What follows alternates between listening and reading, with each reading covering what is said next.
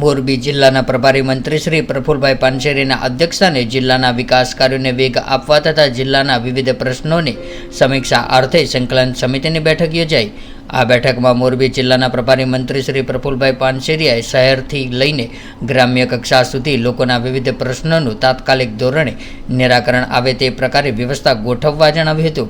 ત્યારે મંત્રીશ્રીએ વિકાસના કાર્યોની સાથે સાથે સામાન્ય નાગરિકોના પ્રશ્નોનું તાત્કાલિક નિરાકરણ આવે તે રીતે આ બાબતે પ્રાથમિકતા આપવા પણ ઉપસ્થિત અધિકારીઓને તાકીદ કરી હતી।